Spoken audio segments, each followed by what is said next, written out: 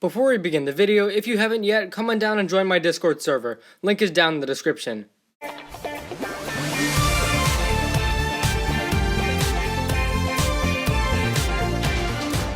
Hey guys, welcome back to the channel for one of our final Season 13 videos. Today is my seasonal Let's Look Back video, in which we're basically going to reflect on the season and the journey leading up to it. If you've been with us for some time, you know the deal, but if not, allow me to explain. We're going to start out by discussing the theories made before the season aired, and if they ended up being true or not. Then I'll elaborate on the good stuff about the season, and we'll close out with the bad. Having explained that, let's begin.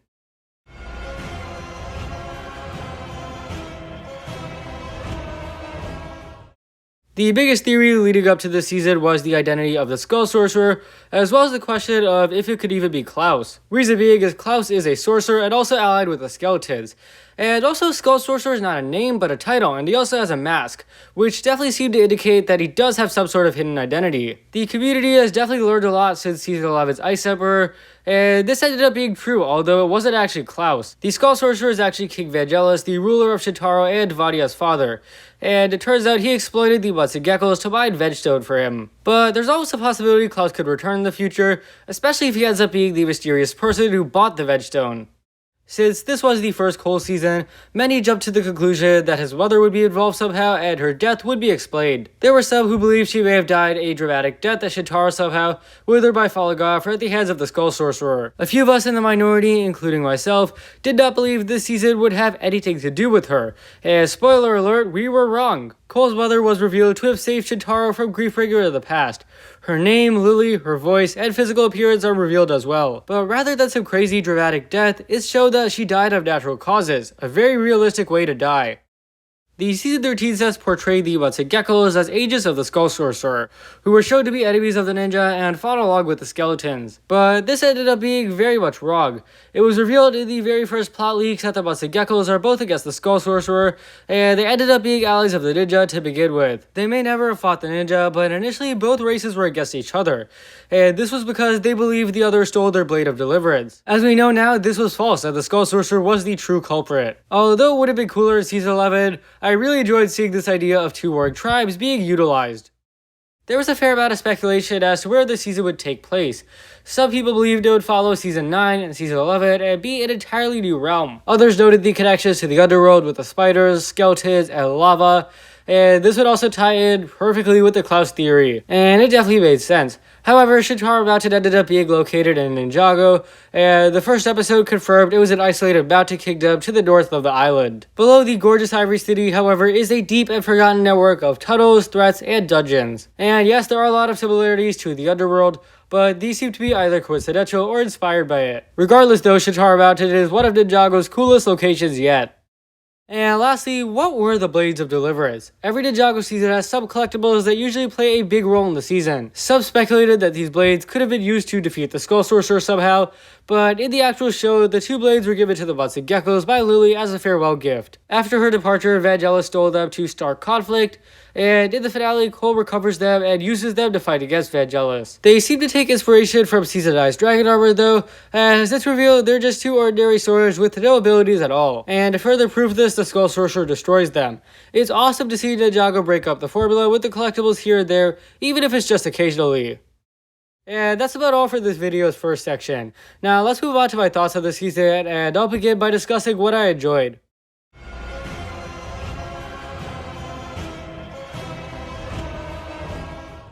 Day of the Departed was a letdown and didn't qualify as a Cole season. However, Master of the Mountain is the first real Cole season and focuses on him wonderfully. I really didn't like how in Season 12, Jay was barely the focus and really didn't earn the role except for the finale. However, Season 13 is undoubtedly Cole's season, and he has a lot of spotlight, which is perfect. What's also good is the other ninja aren't really focused on much, which really allowed for Cole to have the role he deserved. Lloyd finally takes a backseat, and we end up with perhaps Cole's best season yet. Remember a few months ago when everyone freaked out about the Night Ninja and said this season would suck? Well, it turns out this season has an amazing story, and I love that there are so many different aspects going on. You have Burst, the Blaze, Griefbringer, just to name a few.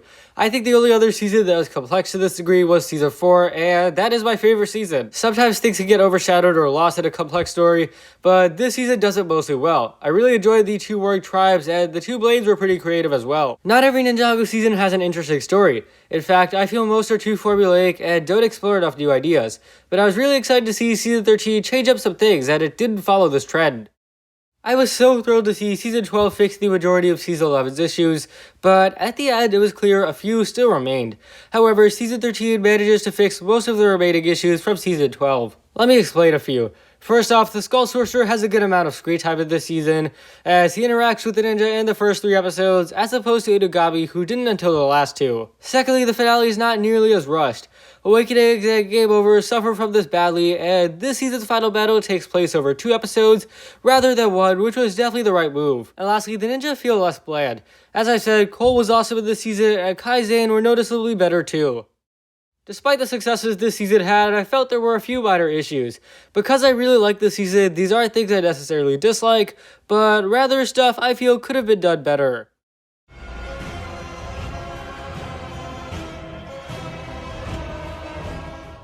Spinjitzu Burst to me feels like it didn't really have enough time to be explored much in the season. It's said that it was discovered by Earth Elementals and can be done when the user is close to their element. Cole tries this in episode 12, fails, and then it doesn't get brought up again until the finale when Cole successfully does it. I think Burst is a good concept, and going against what I've said in previous videos, it isn't actually badly explained, but ultimately I believe it should have been emphasized more in this season. And I also hope it returns in future seasons too, because if Cole is the only person to ever use it in the series, that's kinda underwhelming, and it would seem to only exist as a way to defeat the Sorcerer. I don't think or expect Burst will return, but it would be really good if it did. I think the season's second quarter or middle episodes were a bit weak, and mainly episodes 5 to 9. I don't think these episodes are bad by any means, and I don't dislike any of them except for episode 5, but in contrast to the rest of the season, these episodes aren't nearly as interesting or exciting. Episode 5 was weird, and episode 6 was boring.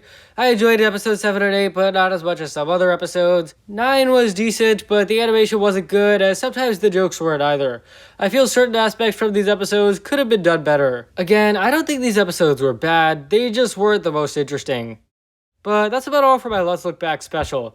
I thought this wasn't just a good season, but it was great as well. And my final rating for this season will be a 9 out of 10. I really enjoyed Master of the Mountain and felt it was a very well done season. And moving forward for next year, I can't wait to learn about the buyer. Anyways guys, thank you for watching. If you enjoyed, be sure to leave a like, subscribe, share with anyone and everyone you know. I hope you guys enjoyed this video and leave a comment explaining both your thoughts on it and the season. And I'll see you guys next time.